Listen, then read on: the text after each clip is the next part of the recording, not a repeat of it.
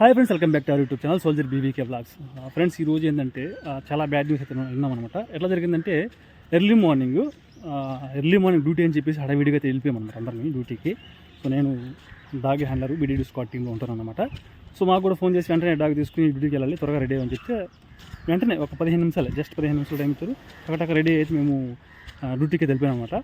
So డ్యూటీకి వెళ్ళిన తర్వాత ఒక మార్నింగ్ 9 ఆ టైంలో మా టీంలో ఒక అతనికి తెలిసింది, ఫోన్ వచ్చిందనమాట. అంటే ఇట్లా వాళ్ళ అమ్మగారు చనిపోయారని చెప్పేసి, మా ఫ్రెండ్ అన్నట్టు మా టీం పర్సన్.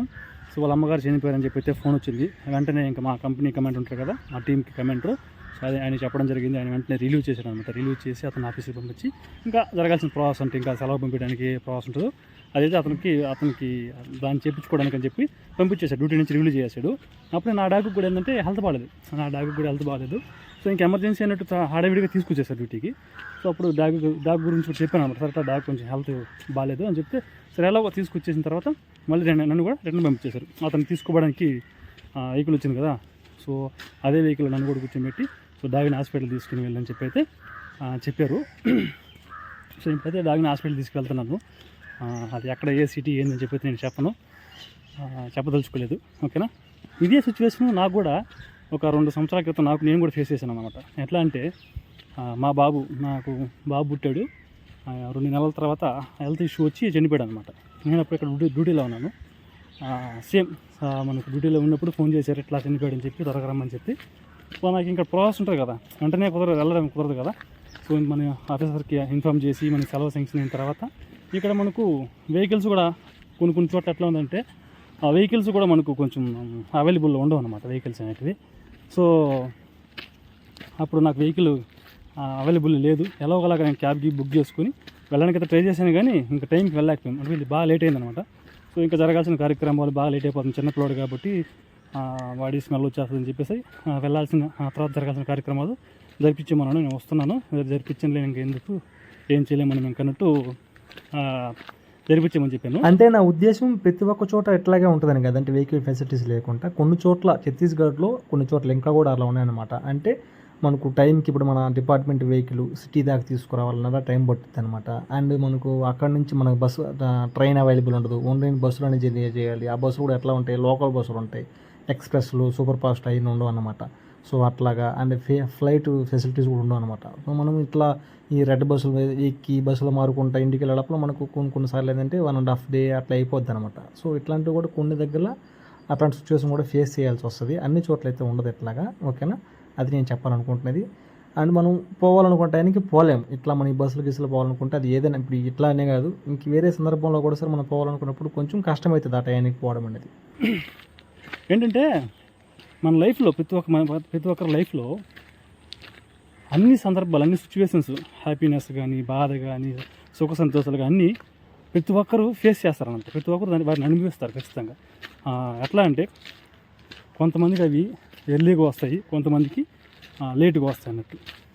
సో నాకు కొంచెం ఎర్లీగా వచ్చింది, ఇట్లా మా బాబు చనిపోవడం విషయం కానీ, అతనికి కూడా కొంచెం ఎర్లీగా వచ్చినట్టు, వాళ్ళ అమ్మగారు చనిపోవడం అనేది. సో కొంతమందికి లేటుగా వస్తుంది. అట్లాంటి ఆ సుఖ సంతోషాలని, బాధలన్నింటినీ ప్రతి ఒక్కరు ఫేస్ చేయాల్సి వస్తుంది అనమాట. ఓకేనా, సో నేనేం చెప్తున్నానంటే మనం ఎక్కువ సంతోషం ఉన్నప్పుడు పొంగిపోకూడదు, ఎక్కువ దుఃఖం ఉన్నప్పుడు కుంగిపోకూడదు అన్నమాట.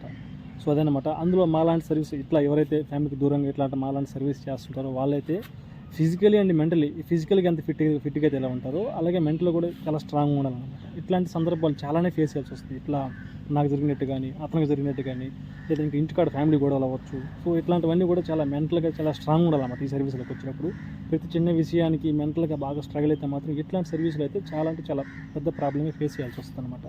ఓకేనా, చాలామంది ఇప్పుడు సూసైడ్ కూడా చేసుకుంటారు కదా, అది మోస్ట్లీ డ్యూటీల గురించి అయితే చేసుకోరు. ఇట్లా మెంటల్గా ఫ్యామిలీ గురించి కావచ్చు, ఇట్లాంటి మెంటల్ ప్రెజర్స్ ఉండడం వల్ల వాళ్ళు రాంగ్ డిసిషన్ తీసుకుంటారు అనమాట. సో ఇట్లాంటి సర్వీస్కి వస్తున్నప్పుడు అయితే ఎవరైతే ఫ్యామిలీకి దూరంగా ఉంటున్నారో, అయితే నాలాగా ఇట్లాంటి సర్వీస్ చేస్తున్నారో వాళ్ళకి చాలా మెంటల్గా అయితే స్ట్రాంగ్ ఉండాలన్నమాట.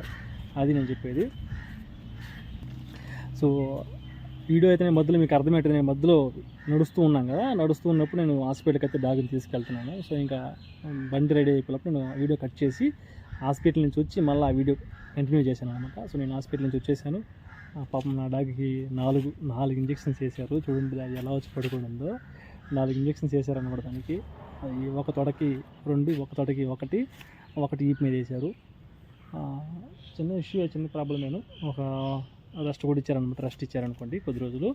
ఓకేనా, అదన్నమాట. ఇప్పుడు అతనైతే వెళ్ళిపోయాడు. సో కరెక్ట్ టైంకి నా మాదిరిగా కాకుండా కరెక్ట్ టైంకి అందుకోవాలని చెప్పి అయితే ఆశిస్తున్నాను.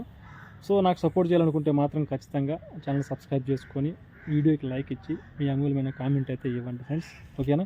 అండ్ నాకు ఈ ఛానల్ ఏంటంటే డిపార్ట్మెంట్కి సంబంధించి ఎటువంటి రిలేటెడ్ విషయాలు నేను షేర్ చేసుకోను. ఓన్లీ నా పర్సనల్ వ్లాగ్స్ మాత్రం, ఇంటికి వెళ్ళినప్పుడు మా ఫ్యామిలీతో ఎలా టైం స్పెండ్ చేస్తాను అన్నటువంటి చిన్న చిన్న వ్లాగ్స్ అయితే వస్తుంటాయి అనమాట. సో సపోర్ట్ చేయాలనుకుంటే సపోర్ట్ చేయండి. సో వీడియో అంత క్వాలిటీగా అండ్ అంత ఎగ్జైట్మెంట్గా ఉండకపోవచ్చు, ఎందుకంటే మనం అదే పనిగా యూట్యూబ్ మీద అయితే ఉండలేమన్నమాట. మనకంటూ పర్సనల్ వర్క్ ఉంది, పర్సనల్ ఫ్యామిలీ ఉంది.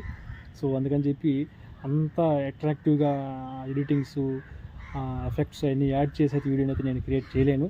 సో నచ్చితే మాత్రం ఇట్లా జెన్యూన్గా వస్తుంటే, ఇట్లా నచ్చితే మాత్రం సపోర్ట్ చేయాలనుకుంటే మాత్రం ఖచ్చితంగా సపోర్ట్ చేయండి ఫ్రెండ్స్. Bye friends.